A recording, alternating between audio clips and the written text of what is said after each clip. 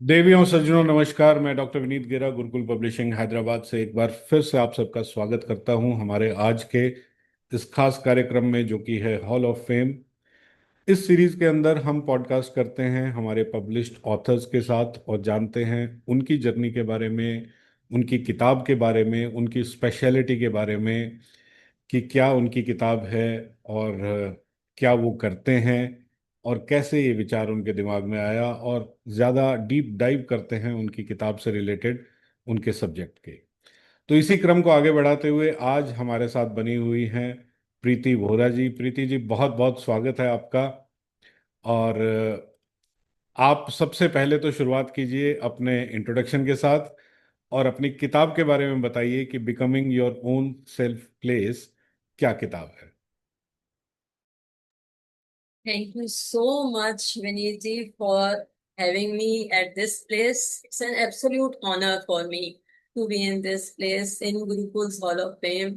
So, talking about becoming your own safe place, ये किताब ये सिर्फ एक किताब नहीं है. Actually it is a workbook और ये मेरे दिल के बहुत करीब है, क्योंकि ये पर्सनल मैंने इसको खूब पर्सनल टच दिया है, क्योंकि ये आ रही है मेरे पर्सनल एक्सपीरियंसेस से और मेरे जो कोचिंग सेशंस में लेती हूँ वहां से इसकी इंस्पिरेशन मुझे मिली. तो ये किताब बहुत ही अच्छी है. एंड इट विल डेफिनेटली, जो इसका पर्पस है कि ये सबको, जो भी जिसके भी हाथ में ये आ जाए, अपने जो चाइल्डहुड, जो जितने भी हमने रखे हुए हैं अपने दिल पे बोझ, वो सब से हम निकल पाए. और इसके लिए कोई भी उम्र की सीमा नहीं है. जिसके, चाहे हम 50 साल के हैं, चाहे हम 60 साल के हैं, चाहे हम 30 साल के हैं, 20 साल के हैं, तो हर किसी को ये अपने उस चाइल्डहुड ट्रॉमा से, अपने चाइल्डहुड बैगेज से, इमोशनल बैगेज से निकालने में बहुत मदद करने वाली है.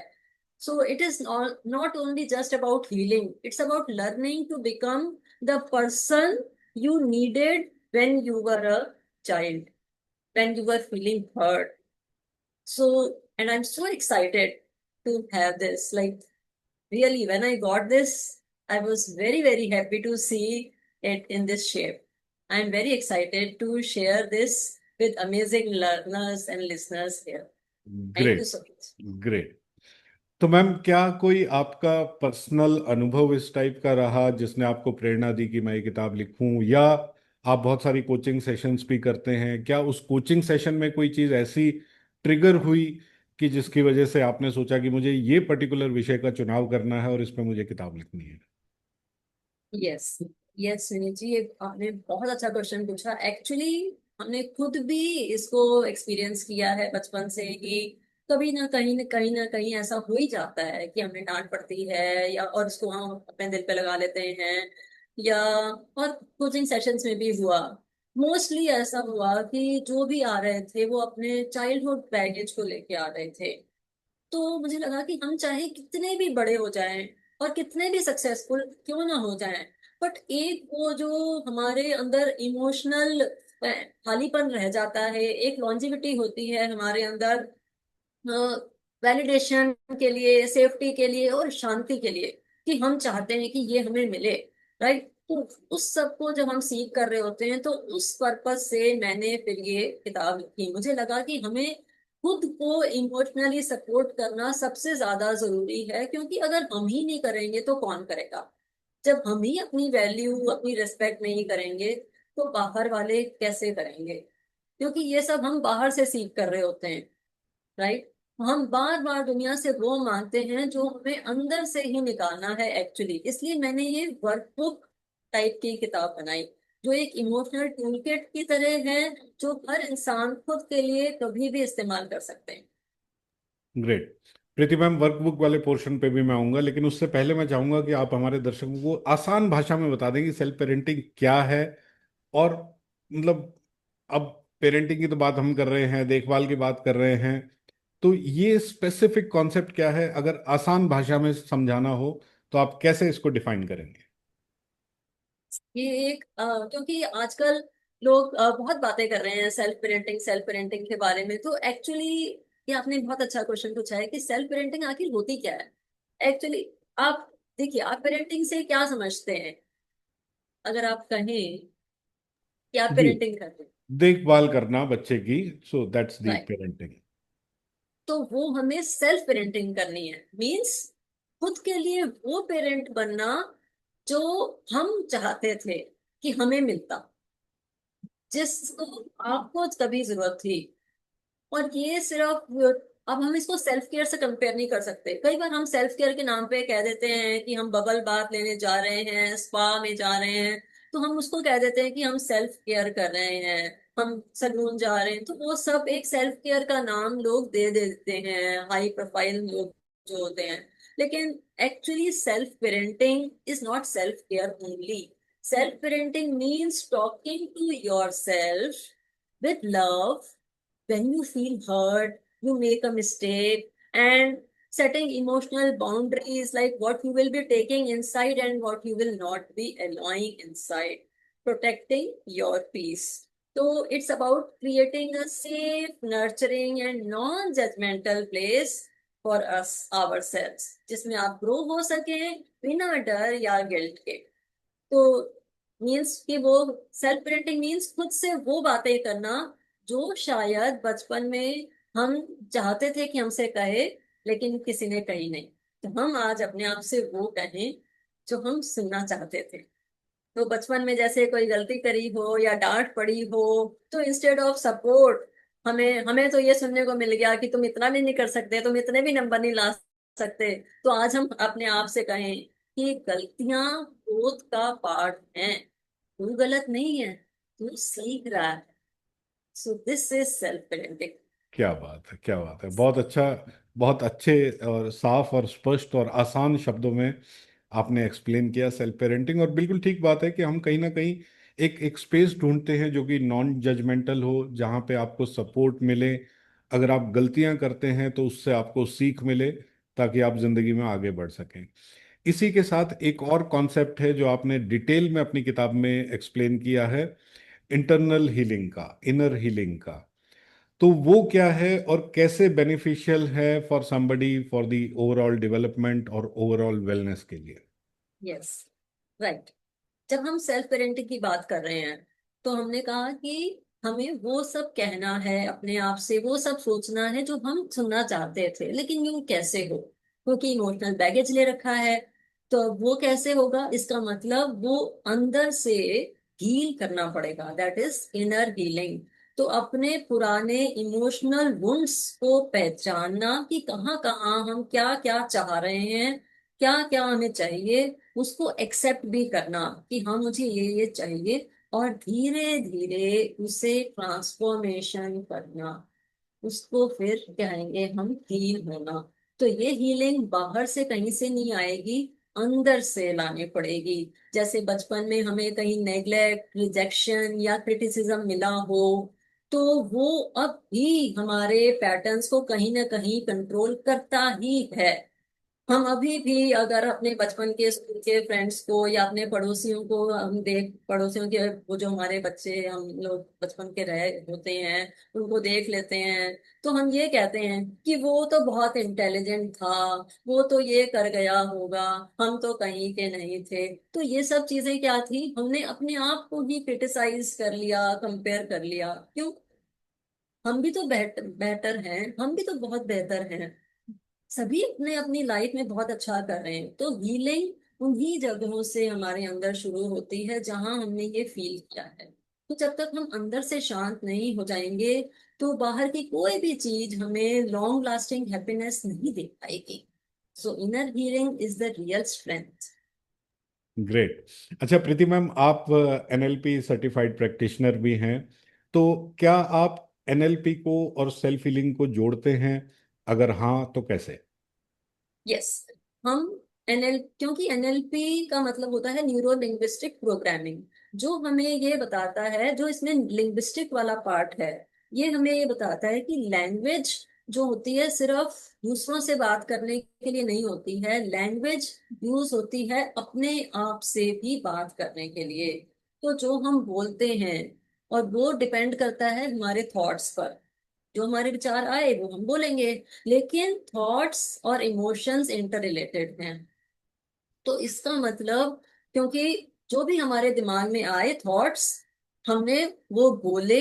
लेकिन जब हम वो बोल रहे हैं, जब हम किसी से कह रहे हैं, तो उसकी वजह से हमारे अंदर कैसे इमोशंस आ रहे हैं वो इफेक्ट होते हैं। ऐसा होता है। तो लेकिन एनएलपी में कई सारी टेक्निक्स ऐसी हैं जो हमें मदद करती हैं इनको चेंज करने में, क्योंकि ये सारा इमोशनल बैगेज कहाँ से आया, ये सारी हमें फीलिंग कैसे आई, क्योंकि हमारे इमोशंस इमोशंस क्यों खराब थे, क्योंकि थॉट्स हमारे वीक थे। तो उसको हम चेंज करना सीख जाते हैं कि अगर मैंने थॉट चेंज कर लिया तो मेरे इमोशंस भी चेंज हो गए, तो मेरा फाइनल आउटकम ही चेंज हो गया। थॉट्स के बेसिस पे मेरे आए इमोशंस, फिर इमोशंस के बेसिस पे मैंने डिसीजन लिया कि मैं क्या बोलूंगी या क्या एक्शन करूंगी, और फिर मैंने मेरी बॉडी ने वो एक्शन लिया। तो आप देख रहे हो कि जब मैंने थॉट्स ही चेंज कर दिए, पहले मेरे थॉट्स वीक थे, अब मेरे थॉट्स पावरफुल हो गए, तो मेरा सारा अल्टीमेट आउटकम ही चेंज हो जाता है। और वो हम कर पाते हैं एनएलपी की पावरफुल टेक्निक्स की मदद से। जी, बहुत बढ़िया। ओके, इसी से जुड़ा हुआ एक सवाल मेरा और है कि आप जैसे बहुत सारे क्लाइंट्स के साथ वन टू वन कोचिंग करते हैं, क्या आपने ऑब्वियसली आपने फाइंड आउट किया होगा कि नॉट फुलफिल्ड कुछ नीड्स होती हैं बचपन की, राइट। क्या उसका इम्पैक्ट एक बड़ी उम्र में अडल्ट एज में दिखता है? दिखता है तो वो फिर कैसे इम्पैक्ट करता है? यस, आपने ये बहुत सही क्वेश्चन किया है। इनफैक्ट बहुत सारी अनमेट नीड्स होती हैं।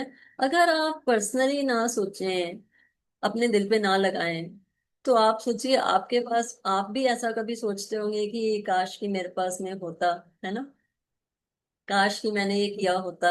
जी बिल्कुल, यस। 100%। तो वही एक्चुअली इमोशनल वैलिडेशन, जैसे बचपन में हमें कह दिया कि इस बात पे रोने की क्या जरूरत है, इस तरह के रिस्पॉन्सेज, क्या करना है इसको करके। तो इस तरह के रिस्पॉन्सेज ने हमें ये बता दिया कि हमारे इमोशंस की कोई वैल्यू ही नहीं है, और इमोशंस दिखाना गलत है, हमें छुपा के रखने चाहिए। दूसरा होता है अनकंडीशनल एक्सेप्टेंस। मीन्स कई लोगों को क्या, अब आपने ऑब्जर्व किया होगा, जब दो तीन बच्चे होते हैं फैमिली में, तो सिर्फ अचीवमेंट्स पर ही प्यार मिलता है। वो फर्स्ट आया है तो उसको प्यार मिल रहा है। छोटा वाला अगर रेस में पीछे रह गया, उसको नहीं मिलेगा। बड़ा वाला अगर ये लेके आया है, इस तरह से। तो अचीवमेंट्स पर ही प्यार मिलता है। तीसरा होता है सेफ्टी टू एक्सप्रेस, किसको कितनी जगह दी जा रही है। छोटे वाले को बहुत लाड प्यार मिल रहा है, उसकी सारी बातें सुनी जा रही हैं, लेकिन जैसे ही छोटा वाला इस दुनिया में आया, इस परिवार में आया है, तो बड़े वाले को इग्नोरेंस मिल गई और वो फील करने लग गया। तो इस कारण से हम अपनी फीलिंग्स को दबा देते हैं और दूसरी कहीं जगह ढूंढने लग जाते हैं जहां हमें वैलिडेशन मिलता हो, जहां हमें स्पेस मिलती हो। लेकिन अगर कहीं से नहीं मिलता, तो ये चीजें, ये फीलिंग्स हमारे अंदर दबी रह जाती हैं। और फिर ये थोड़े टाइम पर एक्यूमुलेट होके ओवर थिंकिंग और डिप्रेशन, ये हमारे अंदर भर देती हैं, एंजाइटी, सेल्फ डाउट। हमें कॉन्फिडेंस ही नहीं रहता, कॉन्फिडेंस शटर हो जाता है। हम पब्लिक प्रेजेंटेशन में, ऑफिस में आजकल कितनी प्रेजेंटेशन हमें देनी होती है, वो हमारा कॉन्फिडेंस ही नहीं रहता, क्योंकि हमें बताएगा कौन कि हम क्या करें। तो हर बार हम उसी जगह पे घूम फिर के फंस जाते हैं। करेक्ट। मेरा एक्चुअली अगला सवाल भी इसी से रिलेटेड है, बिकॉज आज की तारीख में लाइफ का जो पेस है वो बहुत फास्ट हो गया है। कम्युनिकेशन का पेस जो है, पेस वो भी बहुत फास्ट हो गया, बहुत तेज हो गया। मोबाइल उठाया, किसी से भी बात किया, किसी से भी चैट किया। तो ऐसे में जब आपका इंफॉर्मेशन का फ्लो बढ़ जाता है, आपका आपसे एक्सपेक्टेशन ज़्यादा होती हैं ऑफिस की, समाज की। तो ऐसे में अगर कोई आइडेंटिफाई कर भी लेता है कि हाँ जी मेरे अंदर ये चैलेंजेस हैं और इनको मुझे एड्रेस करना है, तो वो क्या इतना स्पेस, इतना टाइम निकाल पाता है कि इस पे वो एक्सरसाइज करके अपने आप को हील कर सके? राइट विनीत जी, बात यहाँ निकाल पाता है कि नहीं है, बात यहाँ है कि निकालना, हमें निकालने के लिए कितने रेडी हैं। क्योंकि आज की दुनिया में, जैसे आप कह रहे हो, सब कुछ सोशल मीडिया पर है, बहुत फास्ट पेस्ड है। और जैसे आप एक्सपेक्टेशंस कह रहे हो, एक्चुअली सारी प्रॉब्लम की जड़ ही एक्सपेक्टेशन है। क्योंकि जहां एक्सपेक्टेशन आ गई, हम अपने आप से भी करते हैं और दूसरे लोग भी हमसे करते हैं, तो हम उससे ड्रिवन होते हैं और उससे आता है कंपैरिजन। हम क्यों करते हैं? क्योंकि हम कंपैरिजन मोड में आ जाते हैं कि उसको इतना मिल रहा है, देखो मैं तो इतना कर रहा हूँ लेकिन उसको महीने का 25 लाख मिल रहा है और मेरे को तो देखो 5 लाख ही मिल रहा है। कितना कंपैरिजन कर रहे हैं हम। सोशल मीडिया पर हर कोई परफेक्ट दिख रहा है, लेकिन हम अपने अंदर, जब आप कह रहे हो कि टाइम मिल पाता है, मैंने आज सोचा कि नहीं, मुझे मैंने अब सोच लिया है कि मुझे अब इन सब चीजों से बाहर आना है। मैंने आज रात को तो डिसाइड कर लिया है, लेकिन सुबह उठते उठते ही सोशल मीडिया जब मैंने स्क्रॉल किया, मेरे व्हाट्सएप ग्रुप में आया था कि फलां फलां को प्रमोशन मिल गई है। तो जो मेरे अंदर का वो डिसीजन मैंने रात को लिया था, वो, और मैं ज्यादा फ्रस्ट्रेट हो जाती हूँ। तो अंदर का मेरा केओस और ज्यादा बढ़ जाता है और मैं छिपाने लग जाती हूँ कि मैं एक्चुअली चाहती क्या थी अपने आप से। तो इस प्रेशर से हम अपने आप से ही डिस्कनेक्ट हो जाते हैं और अपनी फीलिंग्स, इमोशनल बैगेज को बढ़ा देते हैं और नमनेस इमोशनल हमारी बढ़ जाती है। लेकिन जो ये becoming your own place, safe place book है, it means that slowing down, take a pause and listen to your needs, detaching from external validation. ये एक कॉन्शियस डिसीजन है और आज की दुनिया में इतना जरूरी इसलिए भी हो गया है। आप सोचिए, हम कंपैरिजन कर रहे हैं, लेकिन मुझे अपने ही प्लेट में खाना खाना है, मैं उसकी प्लेट का खाना नहीं खा रही हूँ। मुझे अपने ही परिवार के साथ में रहना है और मुझे जितना करना है, मैं जितना पहनना है, जितना खाना है, मैं उसमें खुश हूँ। So why do I compare?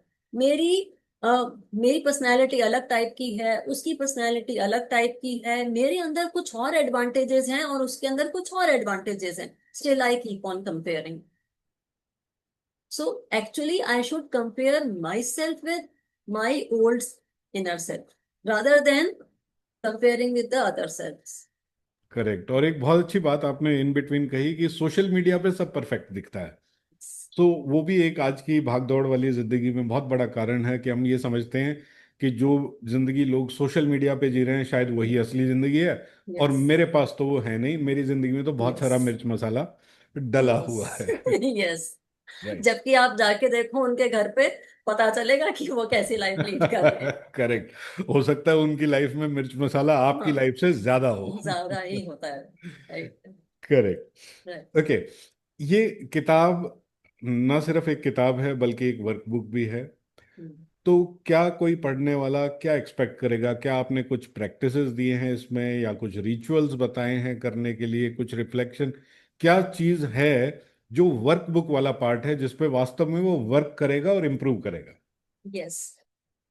हालांकि एक कोच साथ में हो तो बहुत अच्छा होता है, लेकिन फिर भी ये अपने आप में एक वर्कबुक है जिसमें हर चैप्टर में मैंने, जैसे आप कह रहे हैं, मैंने रिफ्लेक्शन बेस्ड एक्सरसाइजेस दी हैं। जैसे जर्नलिंग प्रॉम्प्ट्स दिए हैं to heal your inner child, but ये आपको करना भी पड़ेगा। राइट। सेकेंड, मैंने विजुअलाइजेशन एक्सरसाइजेस भी दी हैं टू क्रिएट इमोशनल सेफ्टी। फिर थर्ड, मैंने एनएलपी बेस्ड रीफ्रेमिंग टूल्स दिए हैं to change your inner dialogue. Affirmations दिए हैं, बाउंड्री सेटिंग टेम्पलेट्स दिए हैं, इमोशनल रीसेट टूल्स भी दिए हैं, सब कुछ इसके अंदर दिया है। बट इसके लिए फिर आपको, अगर आप अपने आप कर रहे हैं, so you have to stay mentally prepared that yes, you are on your journey to transformation. Her exercise designed है ताकि आप सिर्फ थ्योरी नहीं, प्रैक्टिकल ट्रांसफॉर्मेशन फील करें। So you don't just read, actually it is like, अगर मैं इसको diamond या प्लेटिनम भी बोलूँ तो इट इज लाइक वो कम, क्योंकि ये बहुत ही अच्छी चीज है जो मैं, मुझे खुद को नहीं पता चला जब मैं इसको लिख रही थी। तो मुझे खुद को ऐसा लगा कि मेरी खुद की ही ट्रांसफॉर्मेशन खूब ज्यादा हो चुकी है इससे। So you do the healing work on each and every page. और ये कोई नॉवेल नहीं है, इसमें बहुत, हमें खुद को ही ट्रांसफॉर्म फील होने लगेगा जब हम इसको करते हैं। करेक्ट। अच्छा, जब कोई जिंदगी में अंतर्द्वंद होता है या कहीं पे आपको महसूस हो रहा है कि हाँ अब मुझे इस दिशा में काम करना है, तो एक तरीका तो ये है कि मैं आपकी किताब लूं और खुद से काम करना शुरू कर दूं, या दूसरा तरीका ये है कि मैं आपकी मदद लेके और फिर उस जर्नी पे निकलूं। तो क्या इम्पोर्टेंस समझते हैं आप कि ये जितने भी हमारे जैसे अर्जुन हैं तो उनको कृष्ण की जरूरत कब कब लेनी चाहिए, कब एक प्रोफेशनल कोच की मदद लेनी चाहिए rather than doing it yourself? Right. मैं जैसे अभी मैं कह रही थी, हालांकि ये किताब बहुत अच्छी है, इनफैक्ट बहुत ही ज्यादा, लाइक बहुत ही वैल्यूएबल है।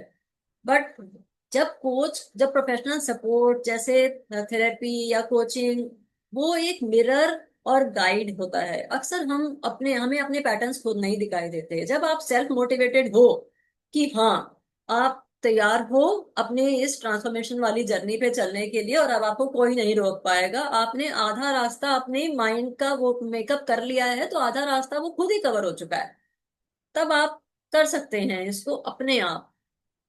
बट जैसे मैं कह रही हूँ कि एक कोच अक्सर हमें अपने पैटर्न्स दिखाने में मदद करता है जिनसे हम निकल रहे हों, और जब कोच साथ में होते हैं तो आपके आए दिन जो भी आपको थॉट्स आ रहे हैं उनमें भी लाइव आपको वो मदद कर सकते हैं आपको, क्योंकि कोच एक वो सेफ स्पेस देता है।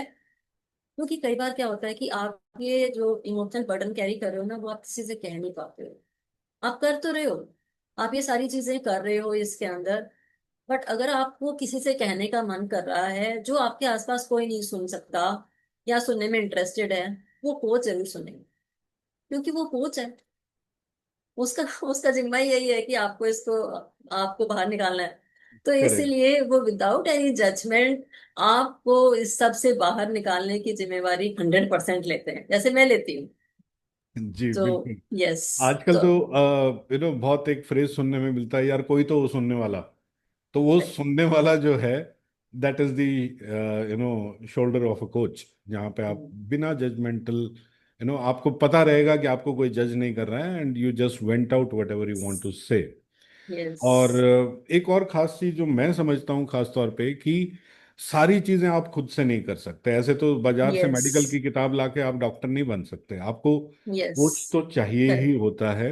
यस। और बहुत सारी ऐसी सिचुएशंस होती हैं आपकी लाइफ में जहाँ पे आपको प्रोफेशनल हेल्प लेने में झिझकना नहीं चाहिए, ले लेना चाहिए। बिकॉज हेल्प लेना is not weakness, it is wisdom.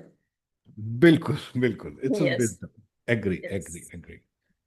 Okay. तो अब हम इंटरव्यू के लास्ट पड़ाव की तरफ बढ़ रहे हैं। तो कौन सी ऐसे 3 मेजर टेकअवेज हैं किसी के लिए भी फ्रॉम योर बुक?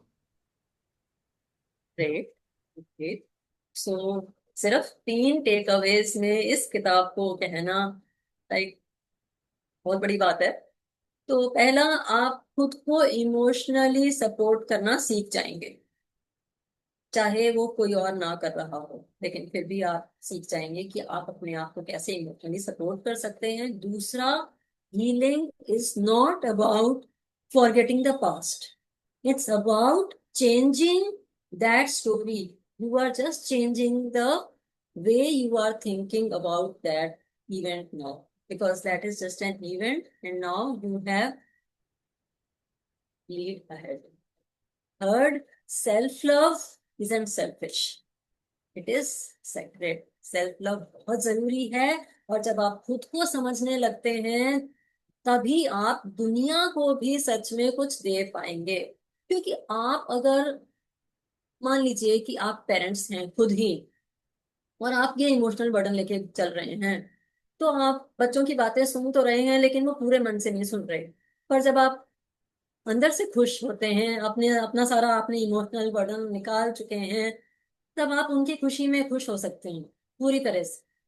तब आपकी वो जो चेहरे पे खुशी आएगी, वो 100% वाली खुशी आएगी, दिल से जी खुशी जी, आएगी। बिल्कुल बिल्कुल।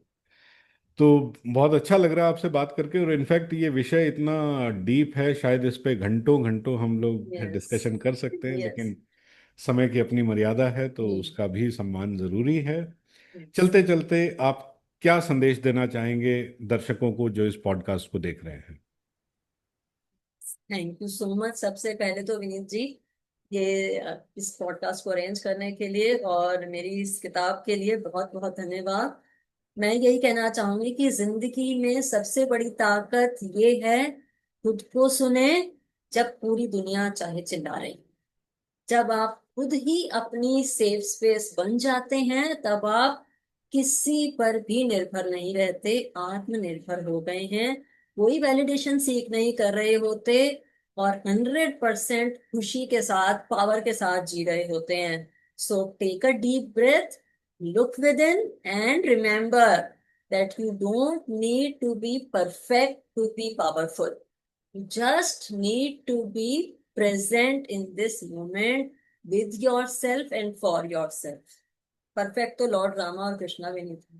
सही बात है, बिल्कुल। Perfection itself is a false phenomenon actually, और बहुत यस। लोग इसी के पीछे भागते हुए बहुत सारे काम अपनी जिंदगी में अधूरे छोड़ देते हैं, क्योंकि वो वेट कर रहे होते हैं कि जी ये परफेक्ट होगा तो करेंगे। सही टाइम कब आएगा और वो कभी नहीं आता। कभी नहीं आता, कभी नहीं आता। This is the time. जी जी। बहुत अच्छा लगा मैम आपसे बात करके, और भगवान करे ये किताब लोगों तक, ज़्यादा से ज़्यादा लोगों तक पहुँचे, और आप भी अपनी ज़िंदगी में बहुत सारी तरक्की करें, बहुत सारे लोगों का मार्गदर्शन करें। सो दर्शकों, ये थी Preeti Vora ji, author of the book becoming your own safe places, जहाँ पर आप अपने खुद के लिए कुछ कर सकते हैं, अपनी ज़िंदगी में आगे बढ़ सकते हैं, उसको बेहतर बना सकते हैं खुद से। अगर आप इस पॉडकास्ट को देख रहे हैं यूट्यूब पे तो चैनल को सब्सक्राइब जरूर कर लीजिएगा, और अगर आप इसे देख रहे हैं फेसबुक पे तो पेज को लाइक जरूर कर लीजिएगा, ताकि इसी तरह हम आपकी मुलाकात आने वाले नए नए ऑथर्स से कराते रहें। बहुत बहुत धन्यवाद आप सबका। Thank you so much Preeti ma'am, thanks a lot. Thank you so much Vineet ji. Thank you.